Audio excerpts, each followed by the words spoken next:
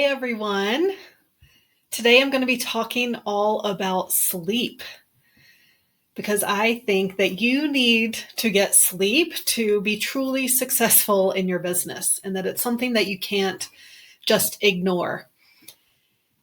So today I'm going to get into 3 reasons why entrepreneurs especially need sleep. And I'm also going to get into 3 little known reasons why people can't sleep in these days. So this is going to be information you probably haven't heard anywhere else. Now, before I get into it, I want to tell you a little bit about my story and how I got into this. So my sleep problems started in late pregnancy, but they didn't go away even after I had my son and after he became a great sleeper. I used to lie in bed listening to my husband snore beside me and not be able to sleep. And it was so frustrating. It was also ironic that at this point I had become a sleep consultant. So I got into the world of sleep with my son, who wasn't a great sleeper. And even after he was sleeping through the night at 6 months old, I still wasn't sleeping. Mama Martha wasn't sleeping. And I would try to go to bed early because I was so exhausted, but then I wouldn't be able to fall asleep for a long time. And then I would wake up at that 3 or 4 a.m. hour and not be able to fall back asleep until 6, when it was pretty much time to get up for the day with my son. So I was exhausted and frustrated, and most importantly, I felt like a fraud. Here I was, a sleep consultant who wasn't sleeping. I don't know if you've seen this show, Sex Education, but it's about a teenager in high school who gives advice to his fellow classmates all about sex, but he's a virgin. So that's exactly how I felt, like a big fraud. Now, luckily, Dana Obelman, who I trained with for pediatric sleep, also offered an adult sleep certification course. So I took that, although I was a bit skeptical because I already knew a lot about sleep as a sleep consultant. But it turns out that I did need to make multiple changes to my habits, to my routines, to the timing of when I was going to bed, of when I was exercising, of when I was eating and what I was eating. And combining all of those things together, within a month, I started sleeping great again, just like I used to sleep before having a baby. So I really believe that sleep is something that we can figure out. But I did always have this thought in the back of my head: what if someone has something going on health-wise that is literally keeping them awake at night? What I've learned so far, while very important, and the foundations wouldn't necessarily be enough to help them. So last fall, I trained with Christine Hansen from Sleep Like a Boss and learned about doing lab testing for underlying health issues that affect sleep. So things I'm going to get into in a little bit. And so now I combine that, looking at the body, still combine a lot of managing stress and looking at the sleep foundations to address sleep in this holistic way by looking at the body and mind. And this is really exciting to me because I believe that you are meant to sleep well and do great things. Let me tell you why. So in the next 30 minutes, I'm going to tell you how sleep can help you succeed as an entrepreneur. And I'll get into the top 3 reasons why you can't sleep and what you can do about it. So I am going to be going beyond sleep habits and the sleep hygiene that you hear everywhere else. I'm not going to be talking about screens and not drinking caffeine too close to bedtime and all those things that you find everywhere else. That is the foundation, but it's definitely not the whole answer. Now, 1/3 of Americans are getting fewer than 7 hours of sleep a night. So that means millions of people are sleep deprived every night. And there are 2 types of these sleep deprived people. There are those who aren't prioritizing their sleep, and there are those who want to sleep but can't sleep, like I was. So I'm going to have information for both of you. And then I promise I'll tell you how you can learn more if you are struggling to sleep. So let's start with why sleep is important when you own your own business. So many entrepreneurs pride themselves on burning the candle at both ends, and they stay up late to get things done. And and constantly sacrifice sleep in order to get ahead, or what they think is getting ahead. But that constant sleep deprivation is eventually going to lead to burnout. Sleep is actually one of our basic needs. Along with air, food, water, and shelter, our bodies need sleep. We will die without it. So it is very important to our health and to our lives, really. Luckily, there's become more and more awareness about the importance of sleep. Arianna Huffington of the Huffington Post had her own revelation when she collapsed on her desk one day and broke bones in her face and woke up to a pool of blood with her daughter standing up looking at her. And when she went to the hospital, they diagnosed her with exhaustion, and she had just been burning the candle at both ends and pushing too hard. And she had this realization after that happened, and now really spreads the word about the importance of sleep. And make sure to tell people that her true success came once she started taking care of herself and getting the sleep she needed. Now, there are long-term health effects to not getting enough sleep. You're at increased risk to get many chronic diseases like heart disease, diabetes, depression, Alzheimer's, even certain kinds of cancer. A lot of these chronic diseases are linked to getting fewer than 7 hours of sleep a night. So there are long-term health implications for not sleeping. But today I want to talk more about how sleep affects us in the short term, because that is going to affect your ability to function at your best, to think clearly, and to ultimately succeed in your business. Because I believe that you're meant to sleep well and do great things. Now, the first reason why entrepreneurs especially need sleep is that you're more productive. So, right, there's this cruel bargain of staying up an extra half hour to get stuff done and then being super tired and unproductive the next day. And luckily, with this increased awareness of sleep, more and more studies are being done about sleep and about sleep deprivation. So a recent study was done comparing people who were sleeping fewer than 5 hours and those who were sleeping more. And they found that the people who weren't getting enough sleep are 3 times more likely to experience lapses in concentration and twice as likely to make placekeeping errors. So what that means is it's harder to concentrate. And when you do lose your focus, it takes more time to get back to what you were doing. So imagine that all day long, that constant not being unfocused, taking a long time to focus again, it's going to add up throughout that next day for sure. So definitely think it makes sense from a productivity standpoint to get sleep, and then you'll be more productive the next day. In fact, it's estimated that sleep deprivation cost American companies and lost productivity $63.2 billion a year. So it has a significant impact, as you can tell. Now, the second reason why I believe entrepreneurs especially need sleep is for creativity and problem solving. So, of course, as entrepreneurs, we need to be able to look at problems and situations from a fresh perspective. So you need to be creative and innovative to solve problems in your business.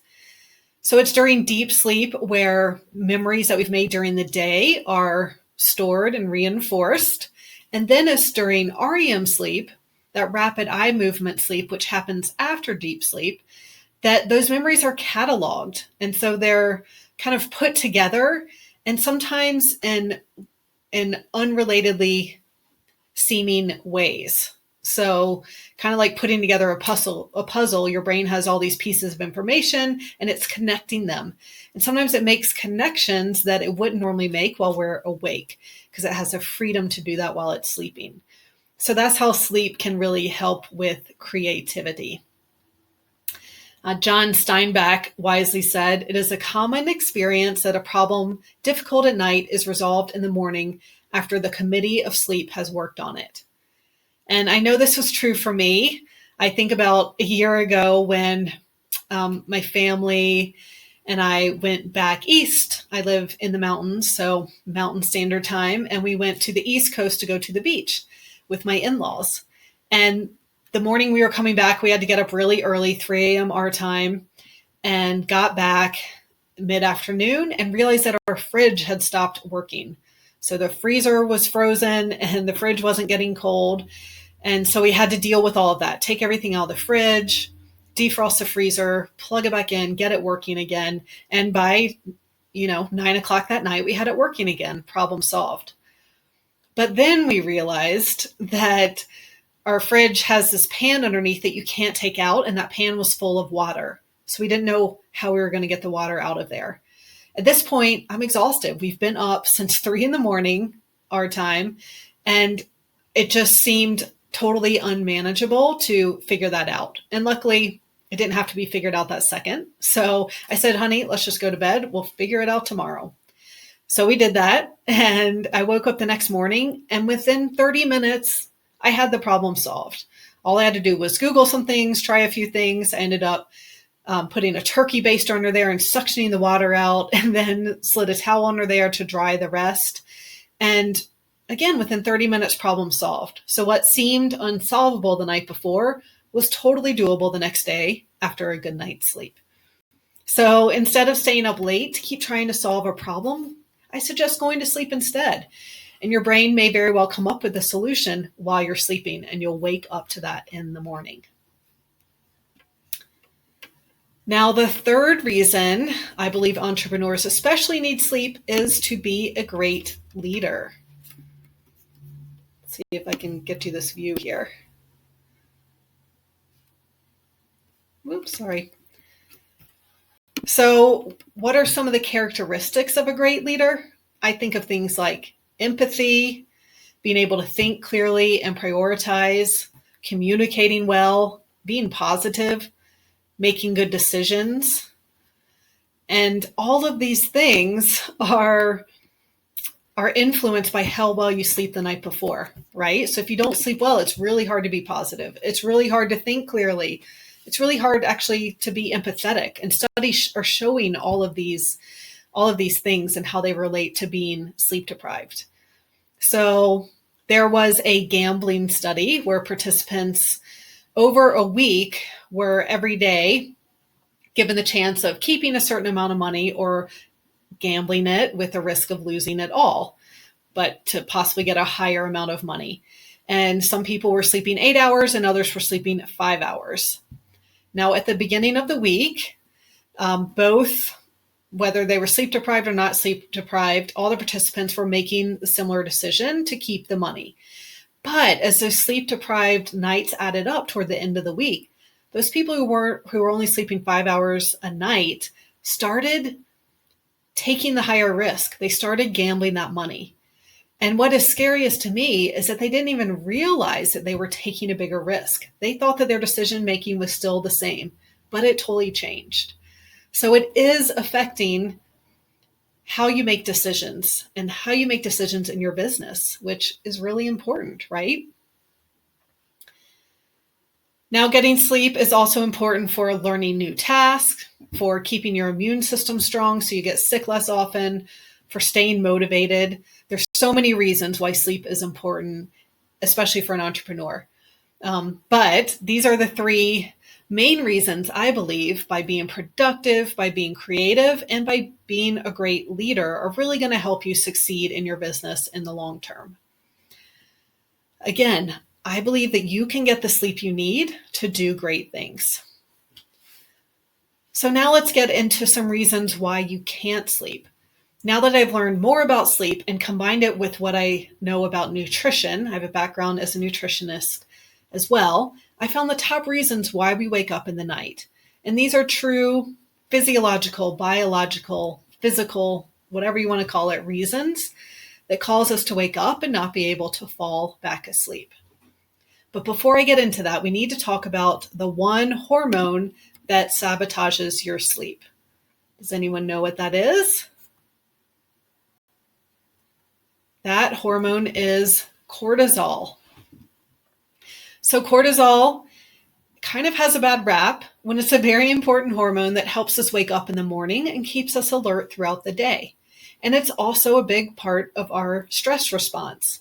So if you are in the mountains hiking and you get chased by a bear, your body is going to release hormones like cortisol that are going to help you run from or fight that bear, which is great, right? It's very important.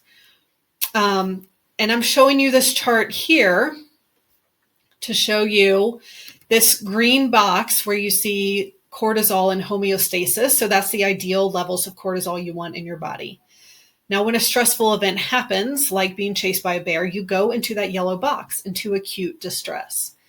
Now, ideally, you're in that yellow box for a short period of time before you go back down into the green box, into homeostasis. However, if your cortisol levels are constantly high, if you're constantly stressed, if you're constantly in that fight or flight response, what can happen is your cortisol levels drop low, but you're actually going into that orange box on the other side, heading toward collapse.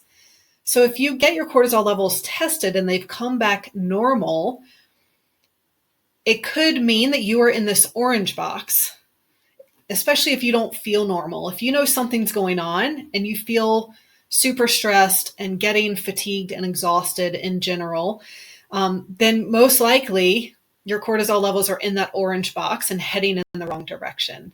So that is what cortisol dysregulation looks like.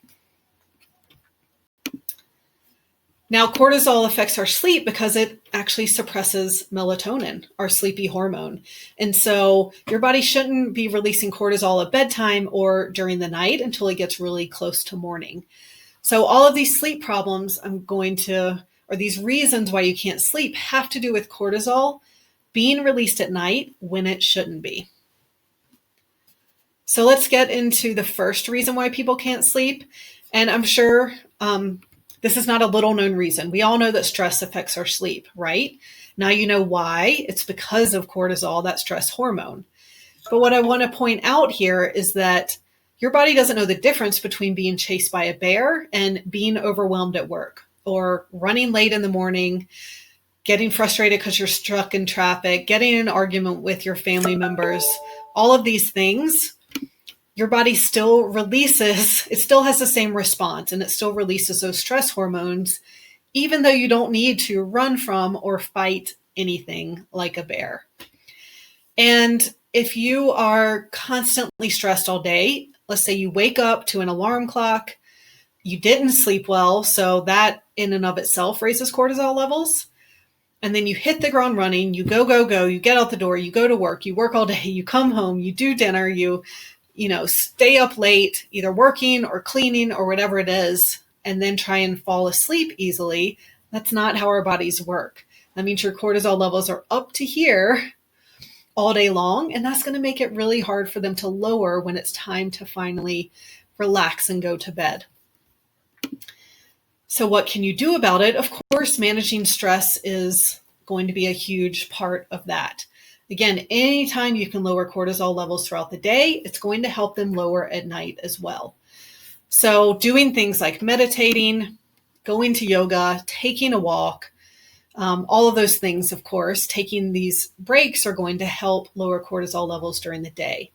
And I do suggest taking breaks throughout the day, call them recovery breaks, where every hour or 90 minutes, you take a break, take a 5 to 10 minute break. Step away from your computer, step away from your phone, take some deep breaths, go stand outside, go take a walk if you can, but take some time away from your work so that you can, again, start to relax and lower those hormones.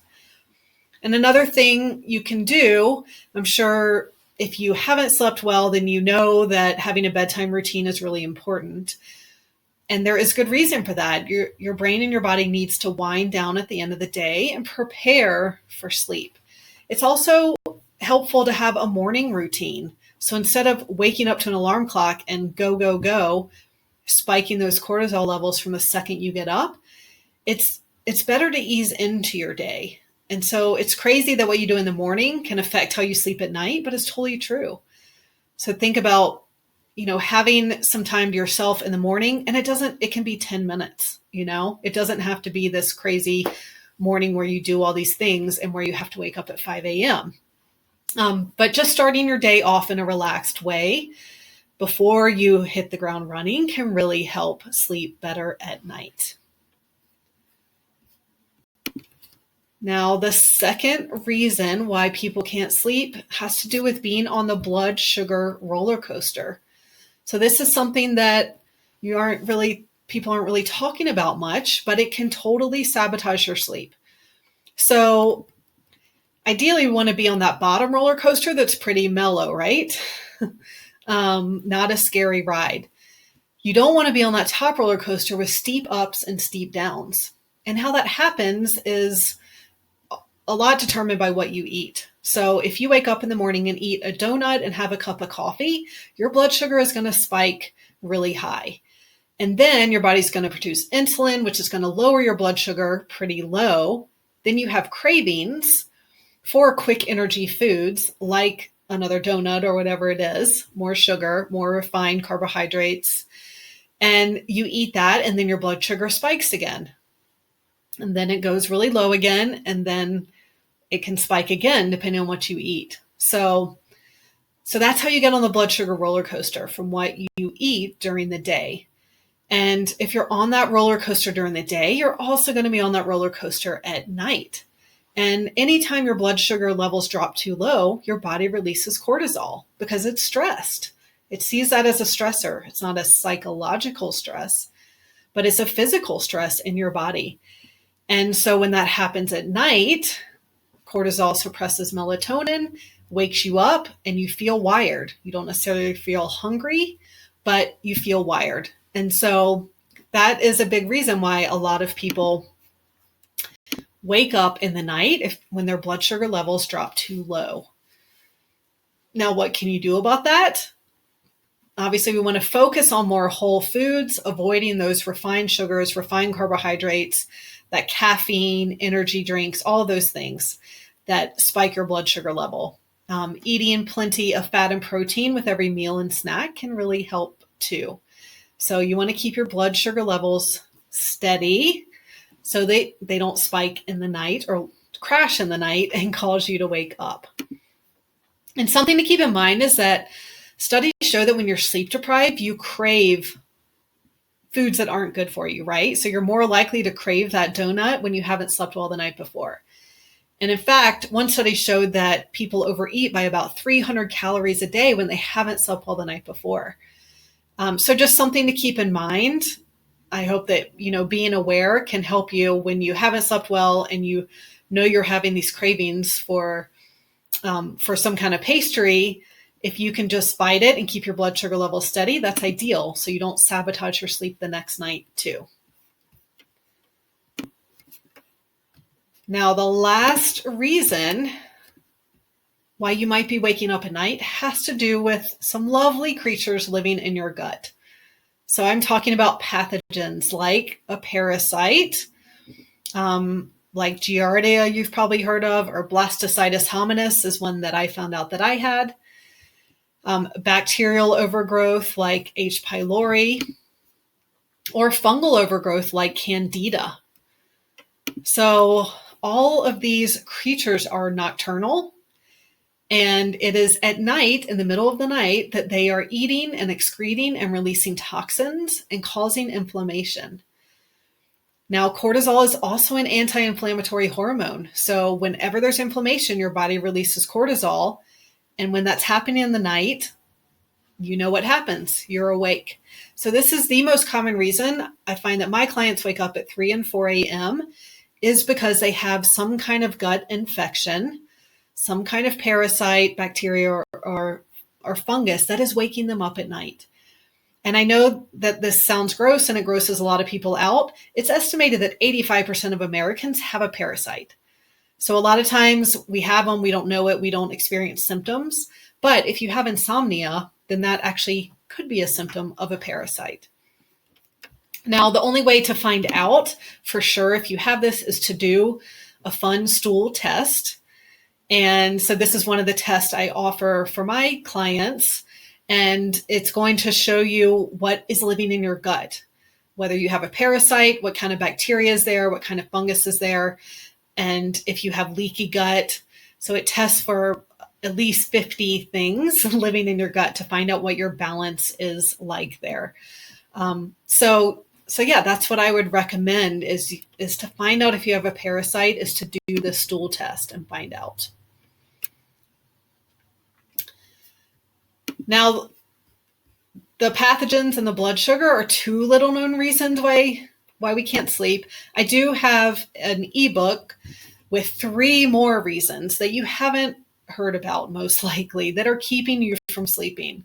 And so I have a free ebook called The 5 Little Known Reasons High Achievers Can't Sleep and How to Fix It, that you're welcome to download from my website, thecompletesleepsolution.com.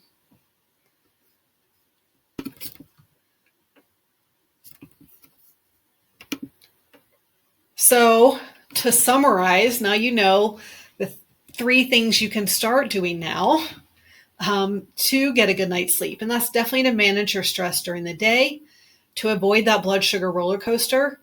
And if none of those work, then it's time to consider testing for things, including things like parasites that we don't want there. So I love this book, Essentialism, and Greg McKeown, I think that's how you say his name, talks a lot about, or has a chapter on sleep, which I love. And he has a quote: "The best asset we have for making a contribution to the world is ourselves. If we underinvest in ourselves, and by that I mean our minds, our bodies, and our spirits, we damage the very tool we need to make our highest contribution."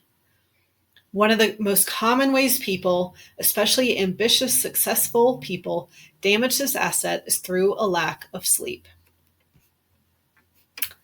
So true. So I want you to picture a perfect day.